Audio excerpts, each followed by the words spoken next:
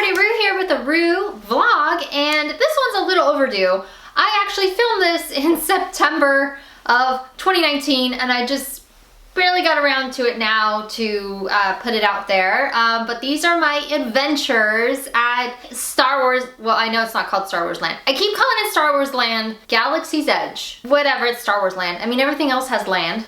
Fantasyland and Adventureland and all of that stuff. So anyways, I was so excited to go to this land, and I wanted to share a little bit of my experience with it. Now this, like I said, this is just my opinion on how I loved it, and some people didn't like it, but I loved it. It was super fun. I really enjoyed it. I got this awesome Jedi, what are these called? I don't know. Jedi clothes? So yeah, everybody was at Star Wars Land, and that was really cool, and it's so immersive. There's something to see everywhere. And what was really cool is when Kylo Ren walked by, the voice that came out of him was Kylo Ren's voice. It doesn't matter why they came from the Step this way. And I thought that was so cool how they did that, because those voices are very recognizable by now. I don't know how they did it, but they did it and it was cool. I don't know if like they have pre-recorded things that they just press somewhere, but it was really cool to see that. So what I love about this section, and just in general with Disneyland parks, is that when you're in a area where it's just, you know, its own land, you really feel immersed. They're so good at putting little details everywhere so that you really feel like you're there. But I think Star Wars Land more so than the other lands, because the other lands kind of bleed into one another. And what's cool is that on one end, when you're coming from, oh, is it Frontierland? It kind of starts out as a tunnel, as if you're, because I think it's by Thunder Mountain, and the tunnel, and it slowly transforms into the Galaxy's Edge land, and the music, like I said, is like, ah, and you're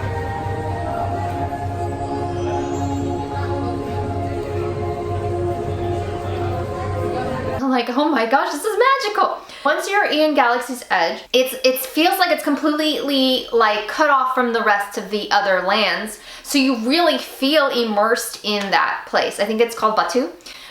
But it's so wonderful, and I immediately got to see all the shops, and I was like, oh my goodness, this is so cool. And I finally saw the Millennium Falcon. I was like, whoa, this is so cool, because it's large, it's so big, and it's like, this is probably what it, I mean, of course a Millennium Falcon is not a real vehicle, but if it was a real ship, it would be this big, it would feel this grand. How impressive is that, to like always see something on TV, but actually to be in person with something that is the life-size replica of this thing. And I wish there was a way that you could go onto that ship. Like if they made that a ride, or if they made that a restaurant, I would, like that meme, take my money.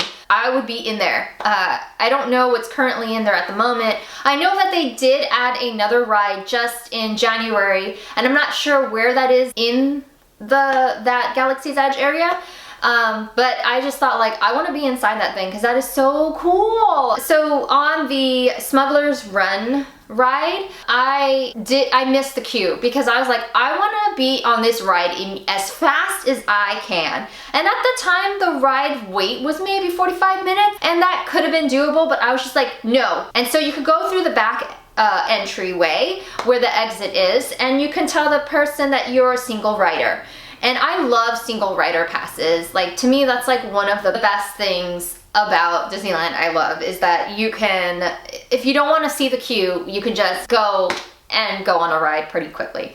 It was so fast. I was an engineer, so you're getting briefed on what to do, and I want to call it a game, because it kind of is, how it works. And, that was a really cool area as well. Like I said, I was an engineer, and what that meant was I sit in the back row. If the people in front of me, I guess the pilot, then there's the shooter, and then there's the engineer. And so what I'm doing is, if the people in front of me make a bad move or what have you, I have to fix it. And so it's fun because there's all these buttons, and the buttons turn different colors, and you gotta click on them, and you gotta pay attention, because you gotta pay attention to the screen, and then you gotta pay attention to the buttons. And I know that could be overwhelming for some people, but I loved it. And the better your team does, the longer the ride will be. At least that's what, I was talking to another person who went on the ride, and that's what he told me. He was actually upset because he was like, yeah, I got the ride with some kids and they didn't understand how to play. And this guy was like, I'm serious, I want to win this thing, you know? And so his ride lasted shorter, but then when he went again, it lasted longer because his team was better at shooting at the targets, etc. But it was so cool, and that's when I got teary-eyed, because I was just like, this feels like I'm really doing something. Like, it feels like, cause you are, what your actions are affecting the ride and the gameplay, and you're working as a team. And so it's just really cool because you feel really immersed into it. So I'm not a LARPer. I like to do cosplay, but I don't like to LARP. It felt like I was doing the things. So I really appreciated that. Now, also, some people that I spoke with said it could give you motion sickness. If you're very sensitive to that type of thing, then this is not a ride for you. So after that, we were exploring the area some more and just kind of relaxing and lounging and feeling like a part of this place, because that's where everybody literally was. It felt like everybody was there. But the queue, I heard, is amazing, but I was just like, nope, skipping the queue, just playing the game. We had a reservation to go to the Cantina. It was a really easy process. Actually, they let us in earlier. It was just like a very light day, and the whole area was very cute. It's very small. They really packed people in there. It was standing room only for us, although there are seated area, but you might not get it. But that was okay because it was just really cool, and I was in front of the robot that does music, and that was really entertaining. And just like that whole area, just there was so much to look at. What I got was the pork drink. I forgot what it was officially called, but it was so good. At first I was like looking at the price, I'm like, no way, why does this cost this much? And it's because it comes with a pork cup. I don't need the cup. I want to taste this specialty sodas that are made fresh right there, you know what I mean? Like, oh, it was so good. It was so delicious. I wish there was an option where you can get it without the cup, because I would drink 2 of those. They were so tasty, and I normally don't drink a lot of soda, but it wasn't too sweet. They do serve, by the way, alcoholic drinks. I do not drink alcohol, and unfortunately some of those drinks they cannot make non-alcoholic because stuff is pre-mixed and so on, which was kind of a bummer. But you know, it's cool. There was a lot of fun non-alcoholic drinks to choose from anyways. The people next to us got this one drink where it has like this fuzzy, puffy stuff, and the guy had told them as they ordered. Okay, I have it right here. It was called the Fuzzy Town? I don't speak alien languages. Anyways, so what it is it has tingling foam that's made out of sugar, and they tell you right away, just so you know, when you drink this beverage, make sure it does not go in your nose. Be very careful as you drink this drink. And I'm like, what is this thing? They said specifically don't go like this because then the fuzz will go in your nose. It's like a floof. So the drink came and I was like, whoa, that's really cool looking. And it's interesting because I heard somebody behind me who had it was saying like, I can still feel it tingling. And I'm like, oh my goodness. And then the guy did the thing that the server told you not to do. He started like coughing and like choking, and he's like, it's in my nose. I guess it doesn't feel good to inhale sugar crystals. It was making all of his inside of the nose tingle, runny nose, all that. That was kind of funny to see that happen. So my mom had Jamba Juice, and it had boba in it, but they called it popping pearls, which is a cool way to call it too, and that was so good. I love fruit juices, and so this was so good. The thing that I was interested in that I did not get was the blue bantha, which is blue milk, and it has a cookie on top. Now behind me was a kid that was drinking that thing. I wanted to know. I didn't order it, but I just looked, I'm like, hey, how is it? Tell me, like, is it good? What are your thoughts? And he's like, yeah, it is good. I'm like, does it just taste like milk?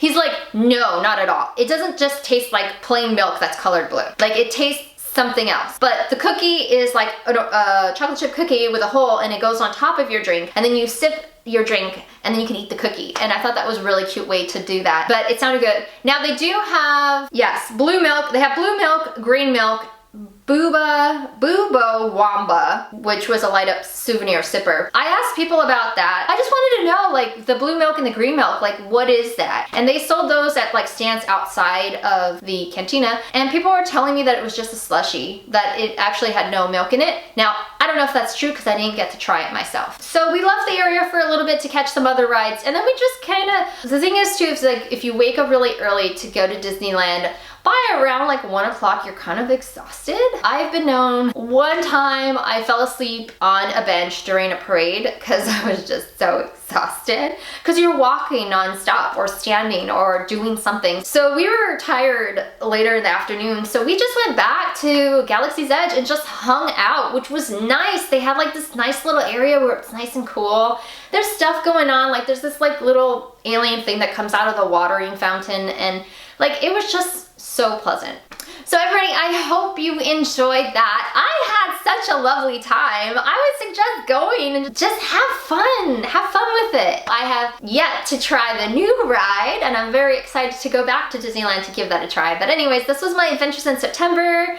I hope you all have a great day, and I'll see you all later. Bye. Oh, wait, I almost forgot.